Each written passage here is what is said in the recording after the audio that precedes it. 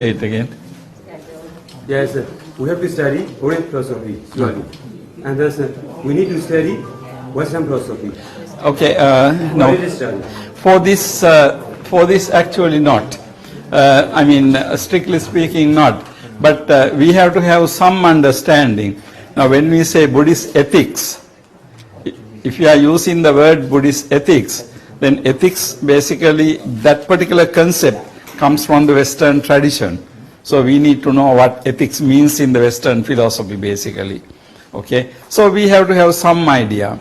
But on the other hand, when we say Buddhist ethics, of course, you know, what can be called ethics in modern language, there is so much in Buddhism. Okay, it doesn't mean the ethics has to be introduced in Buddhism by Western words or anything, Western categories. You know, so this there is a subtle point here. We need to know some Western philosophy because we borrow the concepts from them. The concepts have been articulated in this manner as epistemology, ethics, metaphysics, ontology, you know, like that. And then when you look at the teaching of the Buddha, Buddha never taught epistemology, ethics, or metaphysics, or ontology, okay? Yes. Buddha did not teach like that. What the Buddha did was, Buddha taught the Dhamma.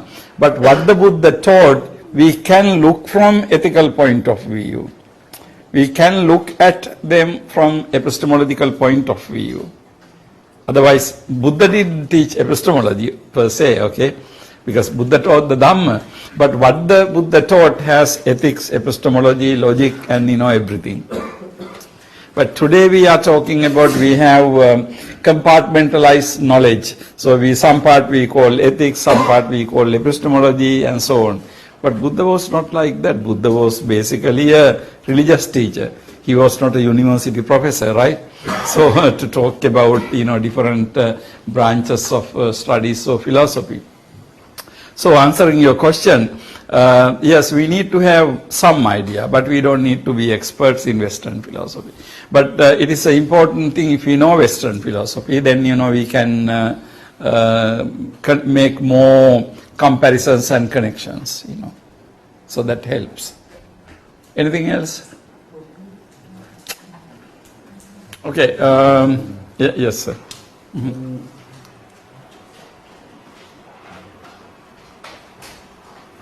I'm not clear about the consistency and coherence. Okay. Yeah, actually the consistency and coherence are two connected concepts. As I said, when two things are not consistent, also can be coherent. They are related concepts, okay, but different in the sense. Now, if I say it rains outside, and if I say it doesn't rain outside, then my two statements are not consistent with each other. One contradicts the other. Now that is inconsistency, okay? But coherence, as I said, even you can tell a lie which is very well coherent. Now there, even if you tell a lie, if your lie, all parts come together, okay? It's a very, we say coherent, because the story is completely connecting with each other. So coherence is, you know, what it means is logical, the interconnectedness of the whole thing. Now, for example, suppose I'm talking about natural science, okay?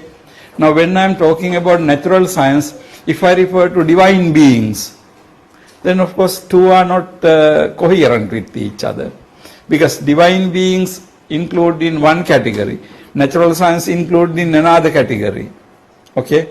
So it doesn't mean that divine being is wrong or natural science is right, but simply means these are two different discourses, two different ways of talking. On the one hand, we can talk about divine beings, divine worlds, the Baloka, Deva, and all that. But they don't come into science. So science is different.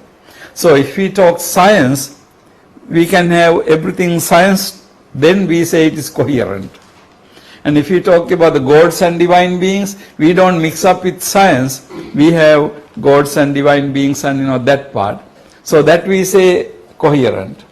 But if we combine the mix together, then it is not coherent. Okay?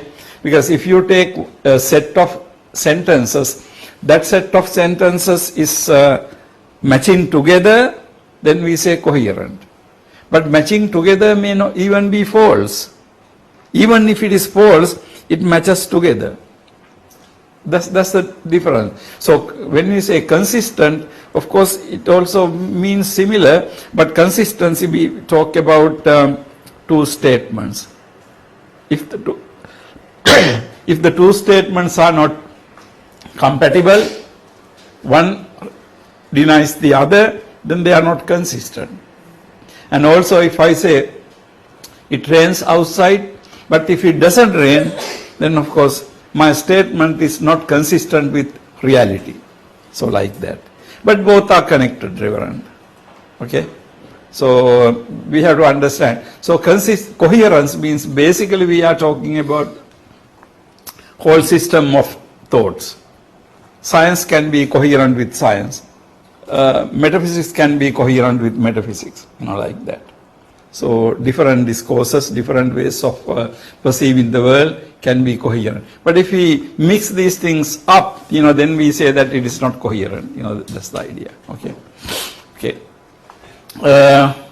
Let me go into the next thing, conceptual studies. Basically, what is meant by this method is to study the concept of the Dhamma or the Vinaya or any doctrinal law Vinaya related concepts in order to make clear their meaning, application, relation to other concepts, their relevance to the ultimate goal, etc., etc. This type of study may be done by analyzing various instances of that concept in the Buddhist canonical literature, commentaries or sub-commentaries again, etc. An example for this kind of study is Rupert Getting's work, The Buddhist Path to Awakening, which studies in depth the 37 factors of enlightenment, Bodhipakkhya Dhamma. Now this is basically a conceptual study. What does it mean to say something is a concept? Now concept means, in a simple language, concept can be a word. But concept is not necessarily a word, because concept is something more psychological, okay? Conceive, when you have some idea in our mind, but that idea we always say in words. So concept can be an idea and concept can be word, okay? So conceptual study, ultimately when you make a conceptual analysis, we analyze in the words of the Buddha. So ultimately it is words, but concept does not mean words, okay? Concept means it is something more psychological. So when we talk about the concept of Kamma, we are not only talking about the word Kamma, okay? We are talking about the concept, that idea. So concept is broader. But how do we know concept? We know concept by word. Okay? Now, when we write this, suppose we are talking about only the word, then usually what we do is we say Kamma, we say like this. Now, when you put inverted comma like this, it means that we are talking about the word Kamma. Now we can say Kamma has 5 letters. That means we are talking about the word Kamma, right? Now if we say, now it doesn't make sense. Kamma has 5 letters, doesn't make sense. Because there we mean the concept of Kamma. Okay? But if we want to talk about the word Kamma, only about the word, then what we do is we do like this, Kamma. But when we say concept, also ultimately word, but in order to, simply we do not use that way, we simply use the Kamma. So a conceptual study, although ultimately melts down to the word Kamma, but we are not just dealing with the word Kamma, we are dealing with the concept. So when we say concept of Kamma, what we mean by that is the idea of Kamma, okay, the doctrine of Kamma. So we can say this is a conceptual studies, something like a doctrinal study. So it can be concept in the Dhamma or Vinaya or doctrinal or any other Vinaya related concept. Why do we study concepts? To make clear their meaning. Application. Application means how this concept is used. Relation to other concepts. How this concept is related to other concepts. And their relevance to the ultimate goal, etc. So you take a particular concept. Now, for example, if you take the concept of Kamma, you can make a conceptual study of Kamma. Like what Kamma means, what are the categories, in what sense it has been used, what are the different senses of Kamma. All these things you can study when you study the concept of Kamma, okay? So any concept, or you can talk about the Parajika, concept of Parajika, concept of Sanghadisesa, concept of Apatti, any particular thing. It can be Dhamma, it can be Vinaya, any particular thing you can be studying. Now, for example, if you take the concept of Apatti in Vinaya, that can be a good Vinaya study. Yeah, what is how Apatti, in what sense something is Apatti, what is Apatti and what is Anapatti. If you look at the Vinaya literature, you can see quite a lot about Apatti and Anapatti. So somebody can do a study only on the concept of Apatti, Anapatti and Anapatti. So like that, it can be Dhamma, it can be Vinaya, it can be Sutta, Abhidhamma, any matter. So basically it is, and then this type of study may be done by analyzing various instances of that concept in the Buddhist canonical literature, commentaries and sub-commentaries. Suppose you are studying again Kamma. One way to study this would be to gather all the instances where the Buddha has spoken about Kamma. And then you can go to commentary and gather all the instances where Kamma has been discussed, or even sub-commentaries. That is basically, that is how you do that. When you get all the instances, then you can see certain patterns of using different meanings. I remember before we using computers, I remember long time ago one of the young scholars whom I knew did the research on the concept of Dhamma. Now I remember he had to very carefully read suttas and make note of all the instances of Dhamma, where the word Dhamma is occurring. But today research is very easy. That person took so many months just to get the basic information collected. He had to read various suttas and collect various instances. But today, it's just a matter of opening your computer and giving a command. You can get all the instances where Dhamma word occurs, right?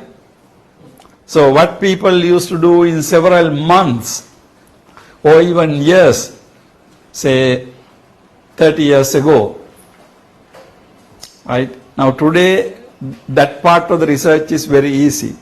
Gathering material, collecting data is, much easier than it was some time ago. Okay, so the conceptual study, if you want to do, conceptual studies are basic. There are a lot of modern tools for us to use for conceptual studies. Okay, gathering information can be very easy. And then if you look at, now I give you an example, Rupert Getting's work, The Buddhist Path of Awakening. Have you seen this book? No?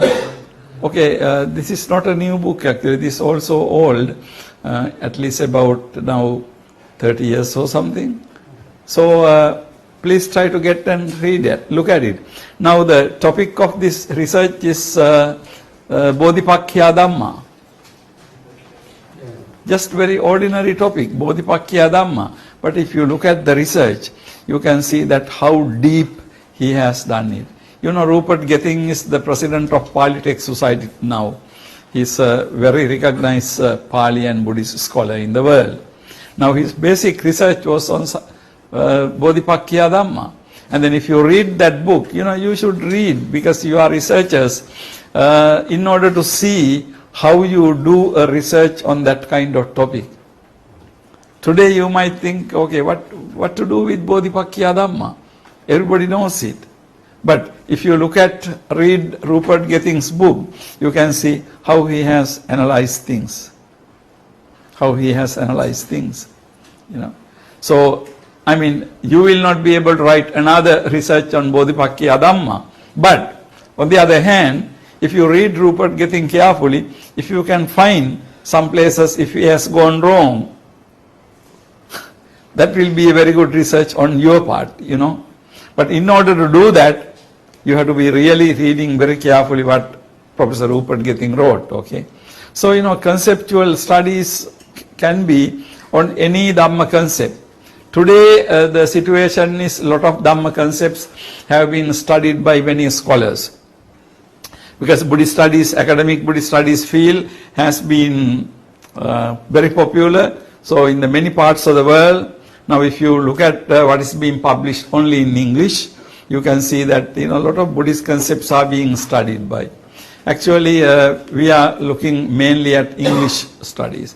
But do you know that in Japan, among the Buddhist studies, Japan is the most productive country. They publish, they say, around 1,000 academic scholarly papers and books every year. But you know, if you know Japanese, that will open for you a very vast area of knowledge, really. I mean, I personally, I don't know Japanese, so I can't read Japanese, but I know that they are publishing quite a lot in Japanese. So, I mean, there are Buddhist studies done in world languages, so Japanese is one example. And then German language, French language, and Italian language. But, you know, but basically, at least we must keep track on the books published in English language, okay? Now, in this kind of institute, you know, we have to really have a way to get, you know, the modern publications on Buddhism, at least in English language. So, now this, the Buddhist Path to Awakening is, you know, not a very new book, but one very good example of how you do a conceptual study. Now, in the conceptual study, locating the particular concept in its proper context is very important. Context can be relative or limited or total. For example, a Vinaya rule may be studied in the context of Vinaya, and Vinaya may be studied in the context of Dhamma, the entire teaching of the Buddha. Now, what is this idea of context? What does it mean? What is the context? In fact, when you read discourses, say, as I said earlier, you want to do research on the concept of Dhamma or concept of Kamma. Now, those days, in order to know where the word Kamma has been used, you have to read the Sutta. Now, when you read the sutta, you know the context of the sutta. So, where the Kamma has been used. But today, on the one hand, we have advantage. We can go to computer and type, and you know, we can get all the instances of Dhamma, where Dhamma occurs or Kamma occurs. But we are getting only just the word or few words. You don't get the entire sutta. So, how do you understand in a particular sutta, this concept has been used? Now, that is what is meant by context. Now, you can find one particular or several instances where the word occurs. But you have to really look at the context, in what setting, in what discourse, in discussing what this concept has been used. So, this understanding a context of a concept is very important. Now I give you the example, the context can be relative context or limited context or total context. Now for example, you can study a Vinaya rule as a Vinaya rule within Vinaya. In other words, you are studying Vinaya in the context of Vinaya, within Vinaya. However, you can study Vinaya also in the context of Dhamma. Because Vinaya rises from Dhamma. Vinaya rules coming from Dhamma. Okay? We know that Buddha started prescribing Vinaya rules according to the tradition after 20 years of enlightenment. So in other words, we can say that till 20 years of Buddha's enlightenment, there was no Vinaya. What was there then? There was Dhamma. People practiced Dhamma. Sila, Samadhi, Panya was there. Sila was there, but Vinaya was not there. Now there is an important distinction between Sila and Vinaya. What is the difference between Sila and Vinaya? Is there a difference between Sila and Vinaya? What is the difference? Sila means some kind of. Oh, no. Concentration. What is the distinction between Sila and Vinaya? Now Sila is the path, Magga. So you have Sila, Samadhi, Panya. Okay? Now Sila, Samadhi, Panya was there from the very beginning, right? Yeah. But then Vinaya rules, actually Vinaya rules are based on the Sila, but Vinaya rules are Vinaya rules. Vinaya rule means if you violate a rule, you get punished. That is the meaning of a rule. That's the meaning of Vinaya. Say, suppose there are rules and the laws in the country, you violate, you get punished. But if you violate Sila, you are not punished by anybody. Okay? But don't violate Sila. But if you violate Sila, you are not punished. But if you violate Vinaya rule, you are punished. Do you understand? Do you see the difference? Huh? Do you see the difference? Now if you violate the Vinaya rules, Vinaya rule means there is always a punishment for that. But Sila doesn't have a punishment. Now for example, lay Buddhists are supposed to observe 5 precepts. If they violate 5 precepts, is there any institution in Buddhism to punish them? No. They will be punished if they kill, they will be punished by the government, right? If they steal, they will be punished by the government. But will they be punished by Buddhism? No. So, but that is Sila. But of course, for the lay people in Buddhism, there are no Vinaya rules, okay? But Vinaya rules are only for monks and nuns. But if monks and nuns violate Vinaya rules, then there is a punishment for that. Parajika, Sanghadisesa, Pachitya, Nisagya Pachitya, there is a punishment. Nisagya Pachitya means you have to give up that particular object and then Apatti Desana, confess. So, this is basically, now you can, that's why you can study Vinaya rules in the context of Dhamma. Now that is a broader context. So the Vinaya rules within something. And then same thing, any kind of concept you can study within, you can study concept of Kamma only in the discourses. But you can study the concept of Kamma in the Vinaya. Now concept of Kamma in the Vinaya and concept of Kamma in the Dhamma are totally different, right? Concept of Kamma in the Dhamma, in the doctrine is one concept. What is the concept of Kamma in Vinaya? Basically it is what is called Vinaya Kamma. But Vinaya Kamma and regular Kamma are different, right? Are they?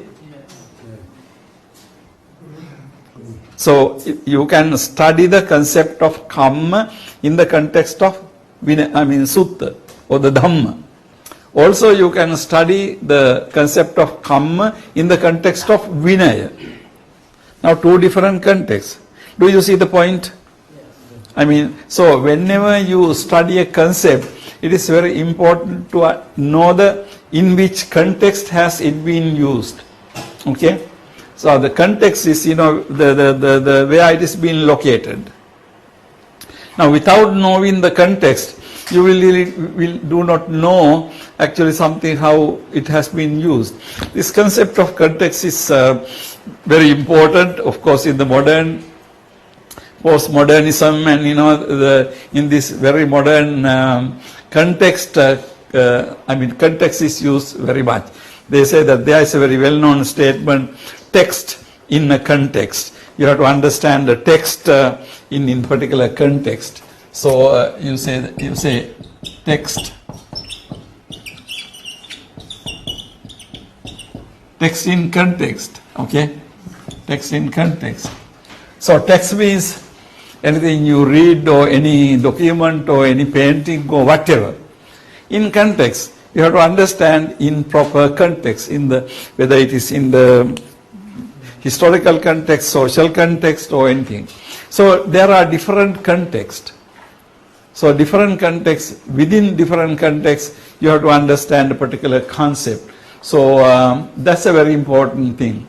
Now, I give you from our own tradition, the Netti and the Petakopadesa are classical examples of locating any particular aspect of the Dhamma in its totality.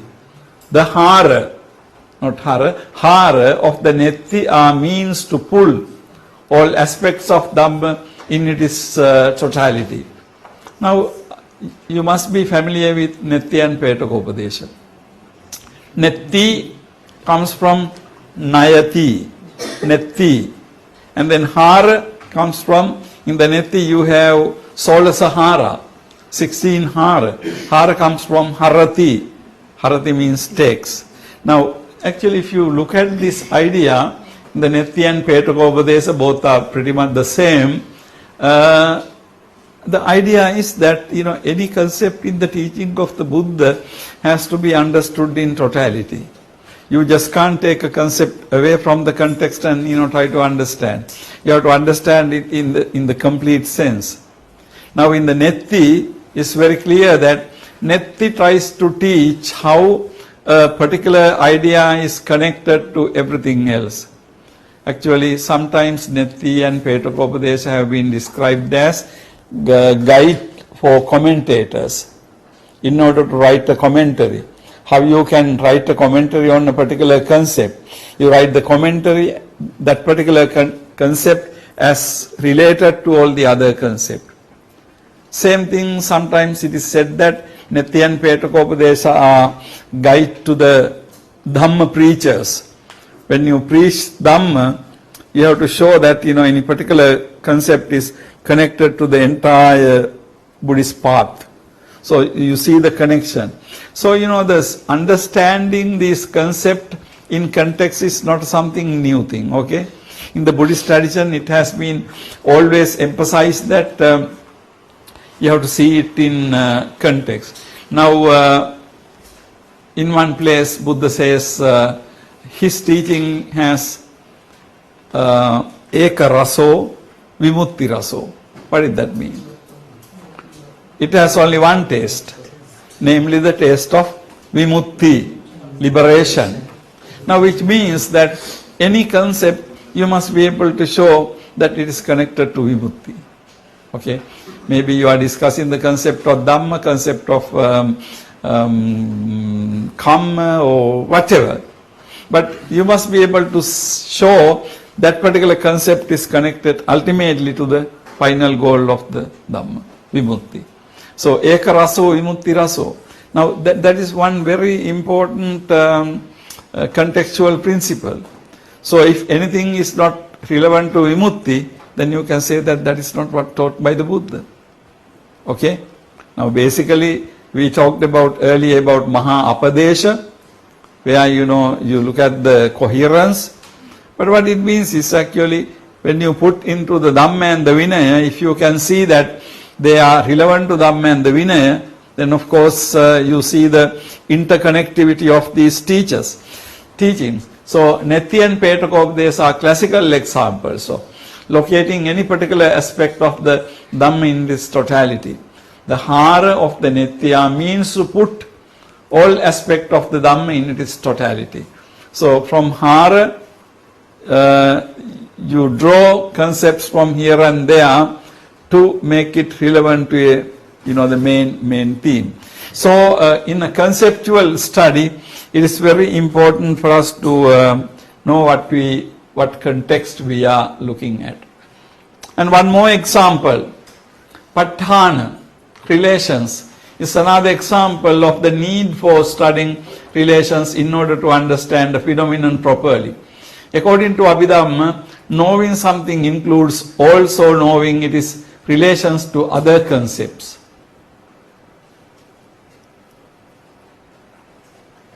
Do you understand that?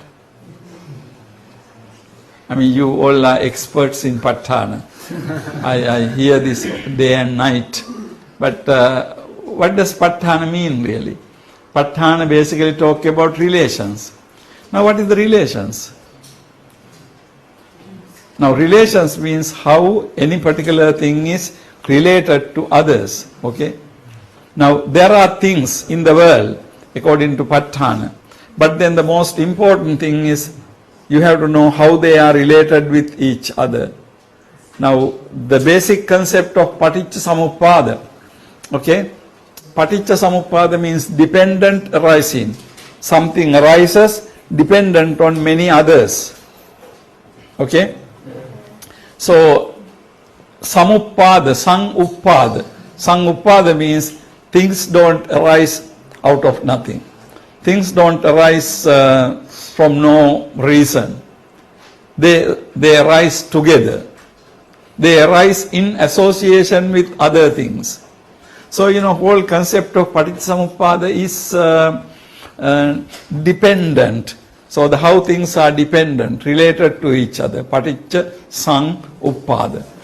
Patthana is the same thing. In the Patthana, you have these relationships being enumerated, Arambana Paccaya, Adipati Paccaya, and so on. Now, something very important in the Abhidhamma philosophy is that to know something means also to know its relations to others. Now, relations are not seen. Suppose we try to understand particular rupa or particular puggala with panchakanda.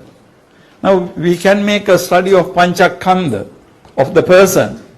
However, we don't have a complete knowledge of that person only by understanding panchakanda. Okay? What is missing is we don't know the relations. Now, knowing somebody means, according to Abhidhamma, not only knowing that person's panchakanda or whatever, also knowing that person's relations to other persons and other things. Knowing any particular thing means also knowing how that particular thing is related to others. So this relations, concept of relation is something very important when we talk about the knowledge. Now, in other words, how are we going to apply this into research means, suppose you are discussing the concept of karma again. Now, it is not enough for you to just to know what karma means. You need to know how karma is related to all the other subjects in Buddhism. How karma is related to Nibbana. How karma is related to Magga. How karma is related to path. How karma is related to rebirth. So all these relations are there. So karma can have, relations this way, this way, this way. All kinds of relations. So karma is not isolate. You cannot do a conceptual study in isolation. Okay? You cannot do it in isolation. You have to do it in context. So doing a study in context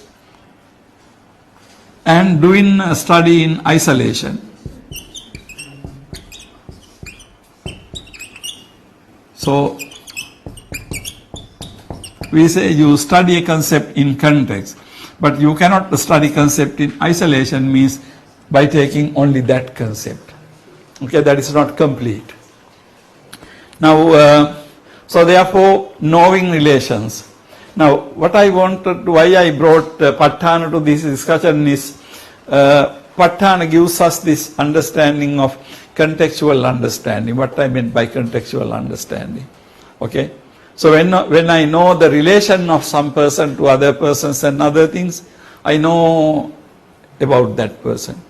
But not only, but suppose this object is only Rupa.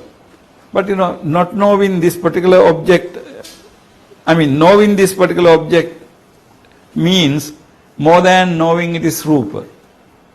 How it is related to other things, how it is related to other objects. In other words, according to Abhidhamma, relations are very important. Okay?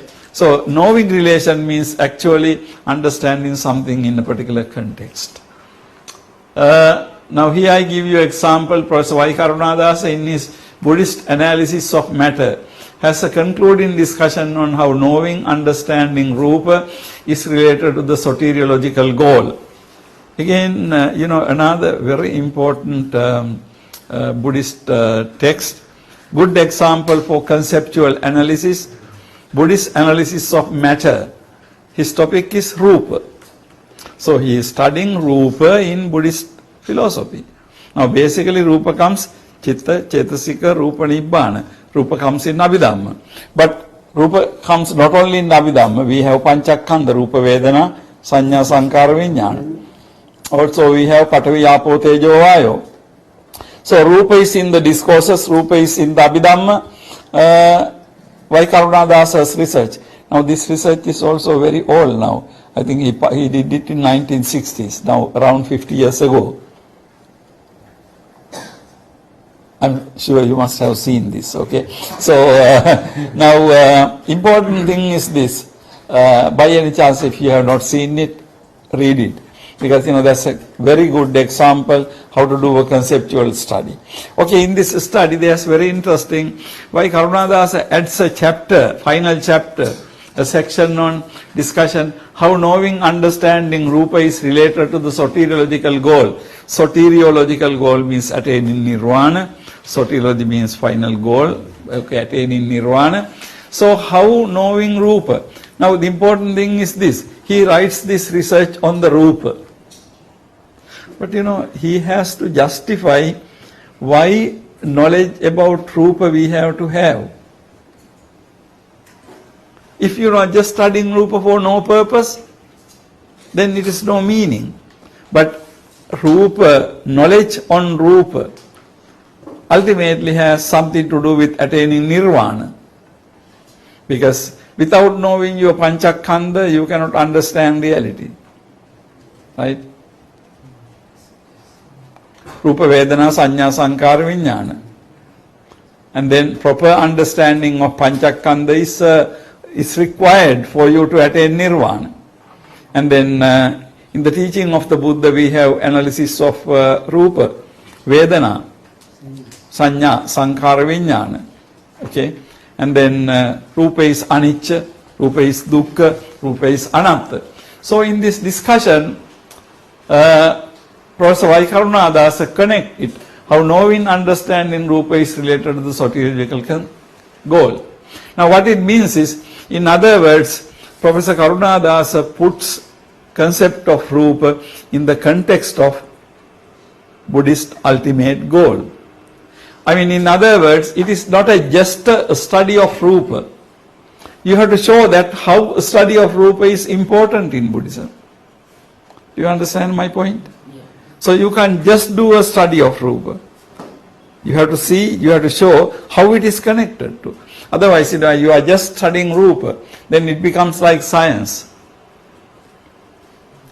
Buddha did not want for us to study Rupa as a science. Why do we study Rupa? Ultimately, Nibbidaya, Viragaya, Nirodhaya, Upasamaya, Abhinyaya, Sambodhaya, Nibbana. Okay? Now this is why the Buddhist studies ultimately. So that is why he adds this. This is the very last part, couple of pages only. Entire book he discusses the Rupa. But then finally he connects his discussion how it is related to the ultimate goal. Now this is basically what is a very important aspect of conceptual study. Okay, actually there are a couple of more things to do, comparative studies and all that, but given the time constraint, I am not going to go to do that today. But we discussed philosophical studies and also conceptual studies. You can see that both philosophical studies and conceptual studies have certain similarities, okay? Now basically, I showed you in the philosophical study, there are certain things we can do in any study, like questioning, investigation, things like that. And also we can do in a philosophical study coherence, consistency and logicality. So those are common to any kind of study. Any study has to have these things. And the next thing, conceptual study. Conceptual study is an area which you can study very much. But again, we have to know that today, Buddhist studies have been done so many years now. Lot of concepts have been discussed. But that doesn't mean that you don't have room to discuss those things again. One possibility is to, when you read Karunadasa's work, if you can find that certain aspect he has not covered in Rupa, then you can discuss that. Or if you think that Professor Karunadasa has got it wrong, then you can show that. Now that can be a good research. So actually today, but when people like Professor Karunadasa did research 50 years ago, these things have not been studied very much. So it was relatively easy. But today we have to look at all these secondary authors before we do our study, okay? That's why in research proposal, we have a section called literature review. Whole point of literature review is to review what the scholars have written on your subject up to your point. So that is literature review. Now having done, of course, still you may be able to do some conceptual studies. I remember maybe 3-4 years ago, I examined a dissertation by a Korean monk, a student who did PhD in Sri Lanka. His topic was Pajanati. His topic was only Pajanati.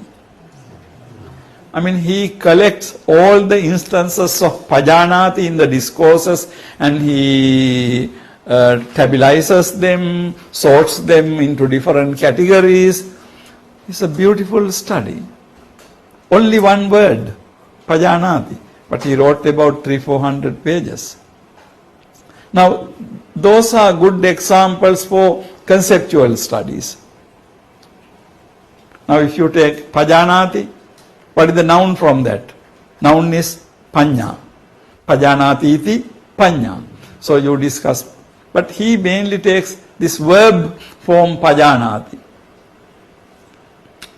In the same manner, somebody can do Sanjanati, Vijanati. Okay? Pajanati, Vijanati, Sanjanati. There are so many Janatis. You can really do a very thorough study of, that kind of one concept. Now, these are examples of, doing conceptual study. Okay? So, doing a deep study, there is room to do deep study.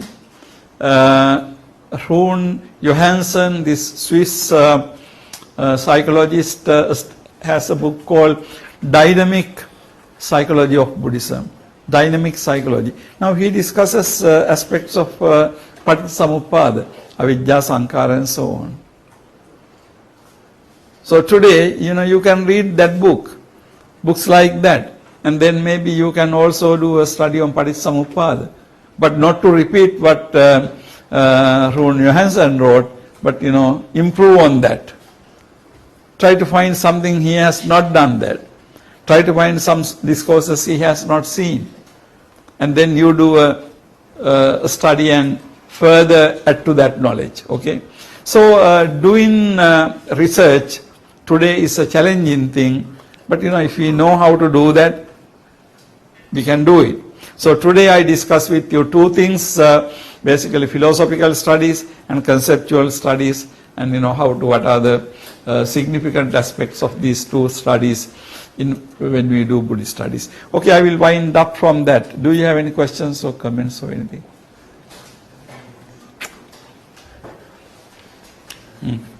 Sir, I want to know. Yeah. No. That's okay. Yeah. There are many research books and philosophy books. And I want to know the work of research and the work of philosophy. Is the work of philosophy based on wisdom philosophy or based on Buddhist philosophy? Well, yeah, that's an important question. Whether they are based on, actually, this concept of philosophy we have borrowed from the West. Okay, so now today as a subject taught in universities, we take the main themes from Western philosophy. Okay, but as I said earlier, so therefore we need to have some knowledge about what the philosophy in the Western sense. However, that doesn't mean that you have to really be thoroughly knowledgeable in Western philosophy. But simply because these areas, when we take separately, we get the idea from Western philosophy. As I said, Buddha never taught ethics, epistemology or logic, okay? But when Buddha was teaching, all those things were included together, right? So what we do today is, we take only the ethics part separately and study only that. That's why I said, that study is in a way you can say even not right, it's wrong, because Buddha never taught ethics, so how can you only talk about ethics? How to make it right is, you put that in the context. Okay, you take it away from and then study and then you make the connection. Okay, this is how it is connected. So, you see, Buddha was not a philosopher in that sense. Buddha was a religious teacher. He was teaching us the path. But from Western point of view, we can take epistemological things separately, ethical things separately, okay, and things related to metaphysics separately, and study. Someone can say studying like that is even wrong, because Buddha never taught metaphysics or epistemology. But that's why I say we are taking the concepts today from Western philosophy and we are studying. However, that doesn't mean that we have to do it that way. Now, when it comes to conceptual studies, actually you can do a conceptual study. Now, Rupert Getting's work on 37 Bodhipakkhya Dhamma, he has many aspects in like logicality, consistency, coherence, all these things. But is that Western philosophy? No. So, you don't have to do. But of course, if you want, you can study it from Western philosophical point of view, or you can study purely as a Buddhist concept. Both ways. But today, if we are talking about the philosophical studies, even the subject Buddhist philosophy, if you go to a university, Buddhist philosophy is taught according to Western categories, right? So, we are here having two things. When we say philosophy, we basically mean, but of course we can say Indian philosophy. But even in the Indian thing, philosophy is a term we borrowed from Western, attribute into Indian things. So your question is again very important, because it is one thing to say we take some concepts like ethics, epistemology, logic, and these things from Western philosophy and apply these things into Buddhism. That's one thing. But without doing any of those things, you can only study Buddhism, Buddhist concepts too. And therefore that we can use philosophical study so long as you are doing, as I showed to you, look at this. If you do these things, asking questions, examining, and looking for consistency, coherence, and logicality, these things we can say that, you are so looking for these things, asking questions and investigating, looking for consistency, coherence. So, these things, any study you can do. So, in a way, we are doing philosophical study, but not really Western philosophical, because these ideas are there very much in Buddhism too. So, actually, your question, I like the question, because if you get the impression that this is the only, we have to go to Western philosophy, no. Lots of these ideas we find in, even the idea of context, I showed you, found in the Patthana. So within the Buddhist tradition, we have lot of things we can do. However, my position is, if you want to study Western philosophy and get the ideas and do Buddhist studies, that's also another very interesting and useful way. I'm not saying that, okay, no, this is wrong or this is right, no. But knowing that what you are doing, you can make use of Western concepts. Okay? But that does not mean that that is the only way or most important way, no. Okay.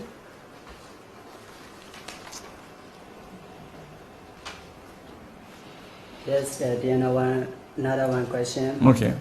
But what I concern is on the research methodology. You see the question, assimilation, analysis, investigation. Yeah.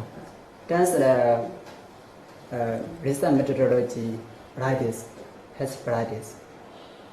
Say it again, Western methodology? Yes. In the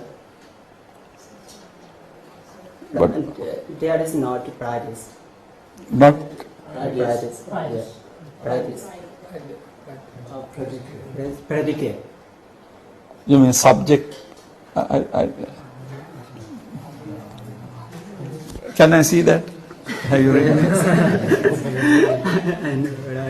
Now, what is exactly the question in Western philosophy? What you You asking? say research methodology Oh, has yeah. need to have the question examination, analysis. Okay. investigation, Okay. but, it's not practice. Predicate. Practice. What that? Can you write down that last word? No, please write it down so that I can.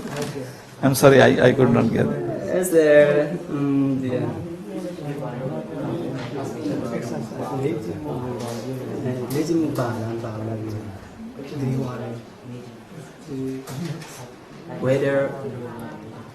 whether research methodology has practice or not? Practice. Predicate or not? Predicate. Or not, yeah, whether. You mean the? What do you mean? Is this? Is that? No? Is that? Is it? What? Predicate. Is this a word? Oh? Outright P? Write it down. I'm sorry. No, write down that word. When we research a topic, we need to make asking questions, Okay, analyzing and investigating. In our topic, do we need to practice Write running it. with our question? Write that word. Last word I never get that.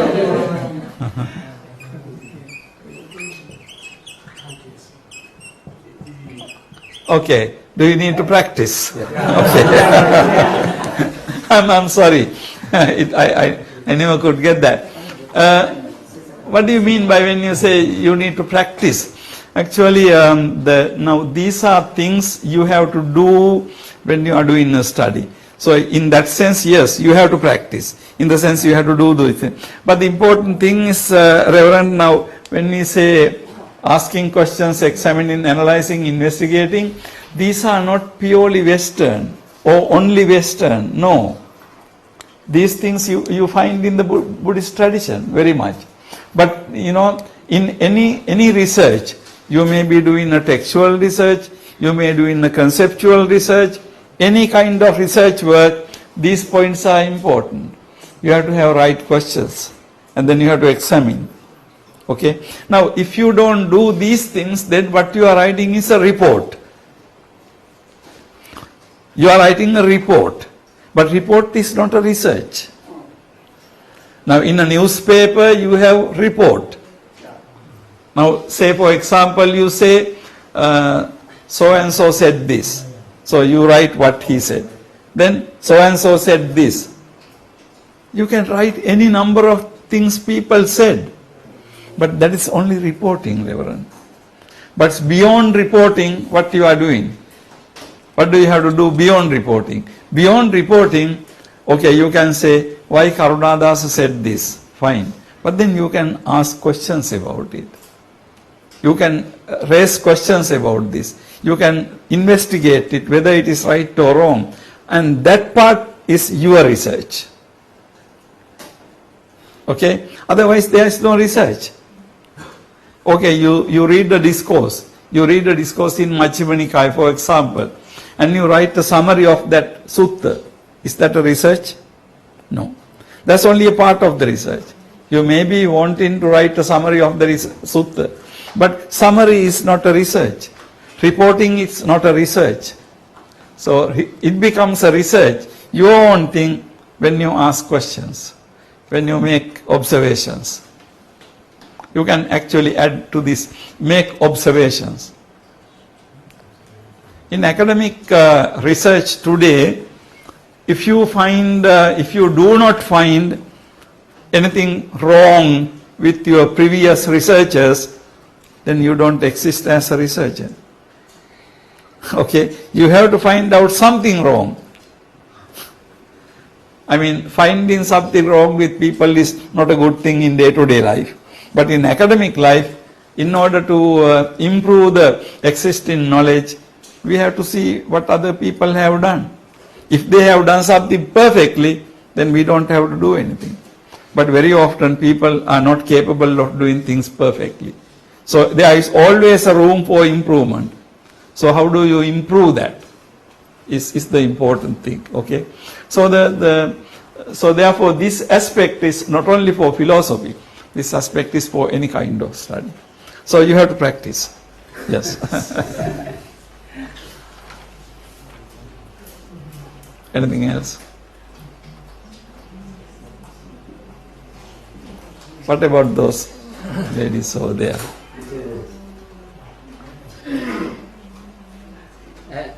Has the wisdom philosophy measure something? Their philosophy right or wrong? Well, in philosophy, usually right or wrong doesn't arise very much. Of course, in ethics, we talk about right and wrong and good and bad. But in philosophical studies, we can always see whether something is consistent, coherent, logical. So in that sense, arguments can be valid or invalid. Arguments can be successful or unsuccessful. Not really whether something is right or wrong, okay? But in any philosophical thing, if you say something not consistent, then that is not a good research. If what you say is consistent, then it is a good research. So academically, scholarly, it is good. So we use those terms in that term, but not right and wrong, good and bad in the moral and ethical sense. We don't, usually. So usually when we talk about the study, we are talking about the logical study, consistent, coherent study. So those are the virtues of a study. Again, from any point of view. Okay. Now, although I said that reporting other people's ideas is not research, but reporting also needed in order to do the first thing. First, we need to report the ideas correctly, and then only we can comment on them. So, all these are connected and needed. Yeah. So, when we do a research, philosophical or conceptual research, we are not talking about whether morally good or bad, but we are talking about whether academically good or bad, whether arguments are sound arguments. Sound means true argument or not, things like that.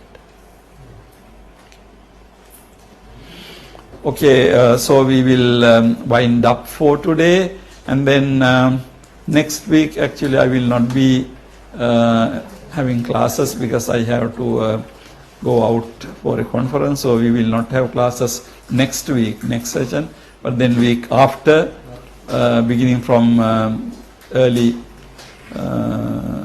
September, like another week, we will have our class. Okay. So thank you very much.